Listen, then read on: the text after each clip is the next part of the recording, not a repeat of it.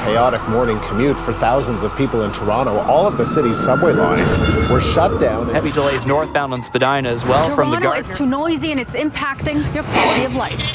Westbound 401 is jammed west of Highway 6. City life is stressful. All lanes blocked for construction. Numerous problems on the major routes, starting off on the eastbound Gardner.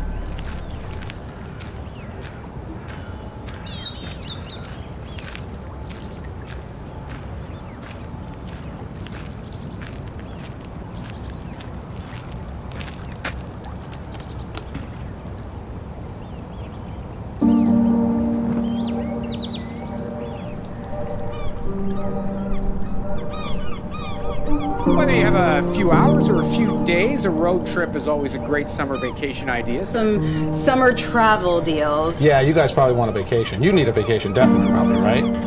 This is an opportunity for all Canadians to get out to different parts of the country and really experience our wilderness. In the heart of Canada's spectacular Rocky Mountains is world-famous Banff National Park.